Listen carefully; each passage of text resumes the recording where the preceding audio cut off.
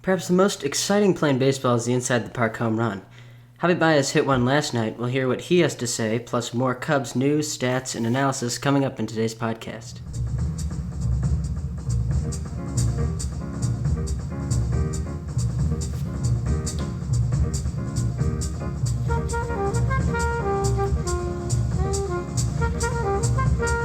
Welcome into the podcast. This is our very first ever session, and Cubs win last night 5-3 in the series opener with the struggling Giants. It must be an odd year type of thing. They really had it hard this past season, but the Cubs, powered by some big early innings, including an inside the park homer from Javy Baez. We'll talk about that in a second.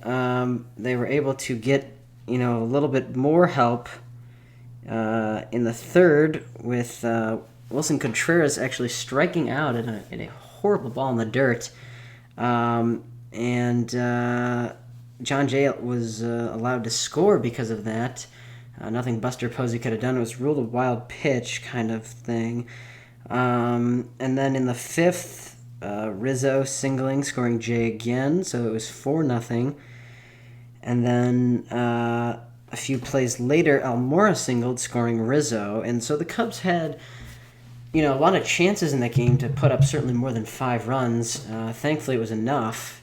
But it got a little scary in the later innings as the sixth, Ryan Jones, with his first career Major League homer, and that ball got out of there in a hurry. It was 405 feet. And Sandoval was on base, and he scored from that, so it was 5-2.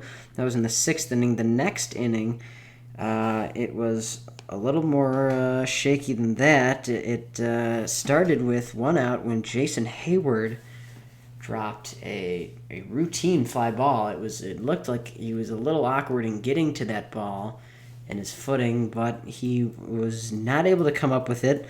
The next play, Panik singled, and that's how Span scored. And it just got a little too hectic out there in the later innings. But Producer John, the inside the park home run is kind of a rarity nowadays. Yeah, and when you think about it, in the olden days, it used to be a lot more common.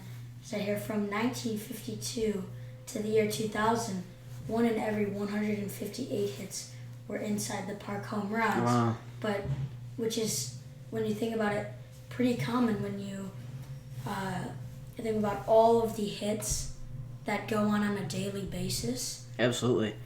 But nowadays, there's been a turn in MLB from fast, speedy players to players that can hit long, arching fly balls that end up being home runs. That's right. It has been a real shift. Yeah, like you said, no one really appreciates the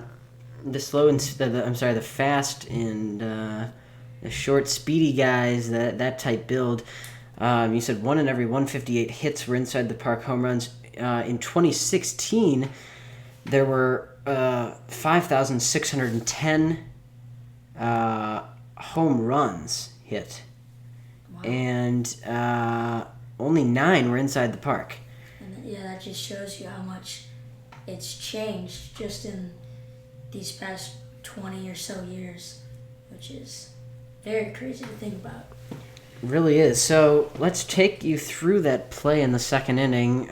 Jason Hayward on first base. The ball, Javy Baez hits it to the deepest part of the ballpark, and the outfielder, Moncrief, had to just watch it, kind of play it off the wall type thing, because it's too high of a wall where you can rob the home run. But at the same time, you don't want you would be standing literally on the wall trying to make the catch, and then it bounces back. So anyway, he's trying to play it off this wall here, and it takes a tough bounce. It was literally in kind of a corner, or at least a diagonal part of the ballpark, and the ball just caromed way past him over to his right side, so he had to scramble and get there. The throw to the plate was incredible. He almost nailed him. I mean, and Baez was very lucky to be able to slide under that, considering that when he hit it, he kind of stood and admired it for a couple of seconds.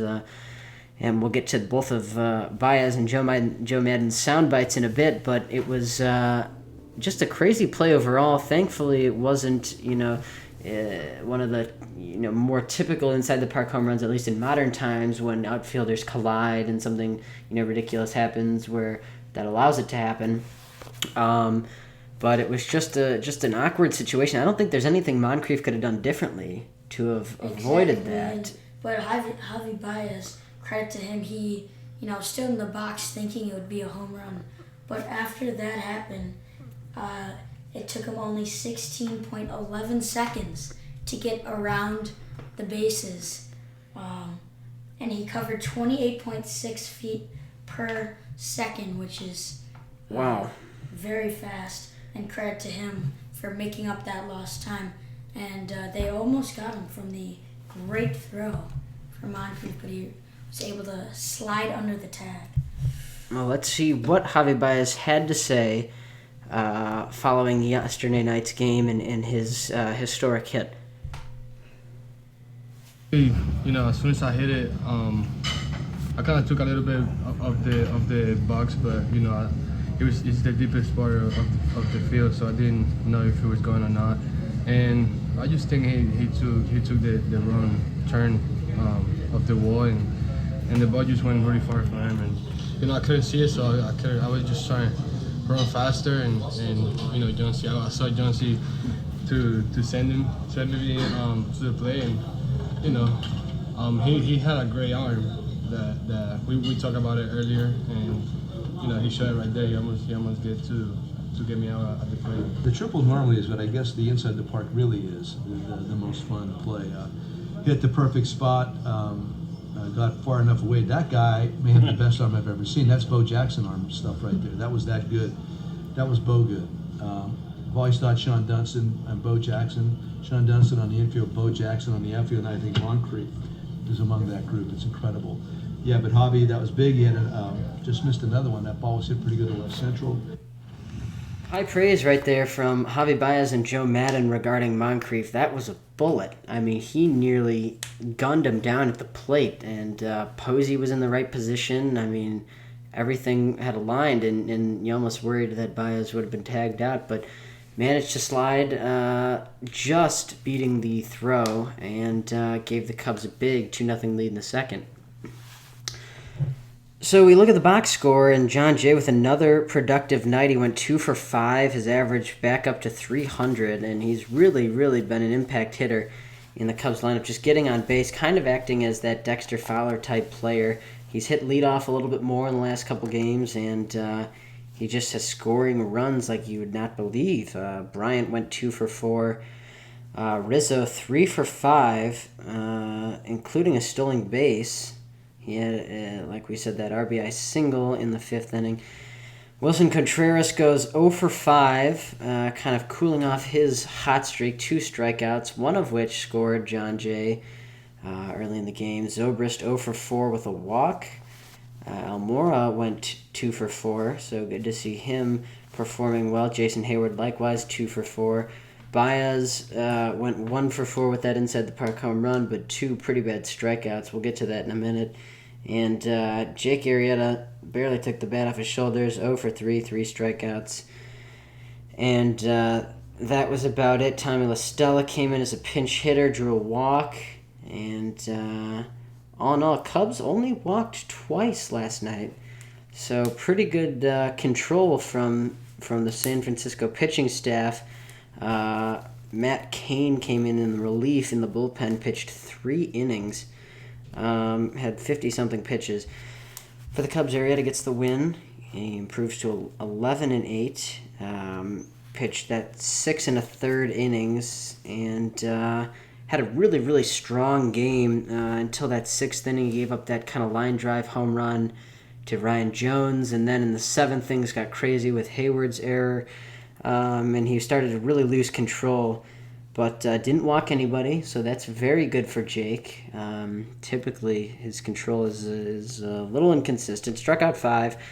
ERA will stay just around where he had left it before, 3.83, so not too bad. Pedro Strop came in relief to just try to get Arrieta out of that jam in the 7th inning. Ended up striking out a batter. Dunsing pitched the 8th, and Wade Davis pitched the 9th, and is still perfect on save opportunities this year, 24 for 24. Let's talk a little bit more about Javy Baez, and because I have an issue with him, and it's frustrating to see as a fan, as someone who watches Cubs games almost on a daily basis.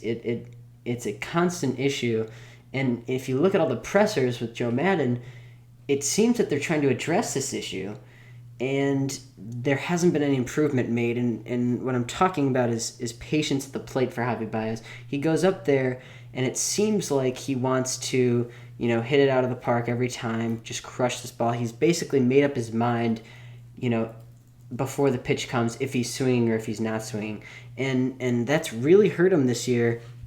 93 strikeouts from Javy Baez this year. That's the team leader. And you think about this, he goes to play many of the days, but he's not an Anthony Rizzo where he will play every single game no matter what. He's sometimes he plays, sometimes he doesn't, just because of Joe Maddon trying to rotate the different players. But number 1 on the team in strikeouts, which is really concerning for someone who should be, one of the upcoming younger players to take on, sort of the role that Wilson Contreras has taken on as the young guy that's sort of powering this team. And Javy Baez hasn't been able to do that.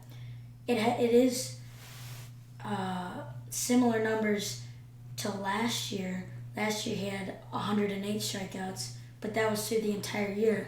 We're not even through the entire year, and he's got 93 already. Yeah, he just needs 15 more for the rest of the year to match last season's totals. Really is kind of upsetting. His batting average is 268, which is a pretty good average if you think about it, but his on-base percentage is just 311, meaning he's just not patient whatsoever. Rizzo has a worse batting average. He's batting 264 instead of 268, but his on-base percentage is 389. And I'm not saying, Javy Baez has to be like Anthony Rizzo, because that's two different types of hitters there, but you just think that, he would be more patient at the plate. He only has 19 walks on the year and has played 97 games. So that just shows. Rizzo has 65 walks. Even Wilson Contreras has 32. And it's a little bit concerning, and it happens all the time. It's a double-edged sword, because he goes and will do what he did last night, where he'll hit an incredible play, inside the park home run, he'll come up clutch, and then his other at-bats are just garbage. I mean, he had 2 strikeouts last night. It's been happening a lot lately. Joe Maddon's been talking about we're trying to work on his patience and his decision-making, and just trying to analyze what kind of pitch is coming at him. And you'd think he'd learn by now. He gets down 0-2, 1-2 in counts, and when it's a pitcher's count like that, they're not going to throw it near the plate. So you have to be more patient, at your at-bats. So what does Joe Maddon do? Do you keep him in? Do you bench him for a couple days just to try to teach him? I mean, he's needed in the field. Last night he had the game-winning, double play to end the inning and to end the game, and to, avoid any more scares from the Cubs bullpen. And it's just that you see the highlight reel plays from him, but then, on the underside, you really have to be watching these Cubs games to realize that, he's got an issue. Yeah, Joe Maddon said this about him. He's always going to strike out. But he said it's not even about the strikeouts. It's about organizing his strike zone a little better. If he could somehow get to be a better decision maker and then test that forceful swing he's got in the strike zone, let's see what happens there. And you see his home run numbers on the year, and he has 16 home runs. But imagine if you were able to be more patient and swing. He's got a very powerful swing, as Joe Madden said there. If he was able to use his powerful swing to swing at the pitches that he could hit, that he actually can hit the ball, I think you'd see a lot more home runs if he swung at the right pitches. Right, sure. It's about the pitches, because when you get behind in counts, you're not going to get pitches to hit. You're just not. So if you're more patient and you start getting these, 2-0, 2-1, 3-1 kind of counts, then he's going to get that mid to high fastball that he likes to crush. And hopefully that will, continue to improve. Just in general, the rest of the lineup seems to be okay. Contreras obviously ice cold last night with a couple of strikeouts, going 0 for 5. But even before that, he was the NL Player of the Week last week. He had 5 home runs. He was batting some ridiculous figure, and he just was coming out clutch for the Cubs, even in that 9-4 loss. That series against Washington, he had 2 dingers, and is really starting to come alive, and not only at the plate but behind the plate. He actually is the major league leader in catchers, the velocity that the catchers can throw with, at 87 miles an hour, and that's just mind-boggling. And Jim DeShays, the Cubs color commentator, jokingly said that's Kyle Hendricks level, velocity, 87 miles an hour. That leads the league. Everyone else is relatively close, like in the 85s or so, but just his ability to gun down runners at second, and we saw it a couple times last night, these swinging bunt kind of deals where the Giants would hit one and it'd roll about 3 feet, just a slow little, essentially swinging bunt, and he'd fire to Rizzo, and Rizzo would brace for it. He'd get this wide stance, and it was almost as if he knew this was just going to be an absolute bullet, and that was kind of interesting to watch. So, Contreras seems to be the catcher of the future. I don't think the Cubs will want to get rid of him at all. He's been, just an absolute delight for that front office, knowing that he came up in the, this farm system and to where he is now, hitting home runs for the Cubs and gunning runners out at second. I think he's a very, very valuable asset to have. And you see what happened with Alex Avila, how the only reason that they brought him was to try to make Contreras even better behind the plate. And so they're investing a lot in Contreras, and so far it's paid off. Hopefully it will continue to pay off. And that move for Avila was, I think, a very smart strategic move that was well played by the Cubs organization, as they have been doing in this since the All-Star break. They've been making a lot of good moves to help them progress throughout the season. Absolutely, and the trade for Avila, and by the way, it is Avila. You can look us up on this. You can say whatever you want. It is Avila. He is almost filling a David Ross type role from last year. Ross obviously was not there because of his skill and because of his ability to bat. He was there because of his veteran leadership. He's a guy you want in your clubhouse. He knows John Lester very well. He knows John Lackey. He was able to help catch. And if you remember, Wilson Contreras came up in the middle of last season. And so he really has only played one full season of big league ball.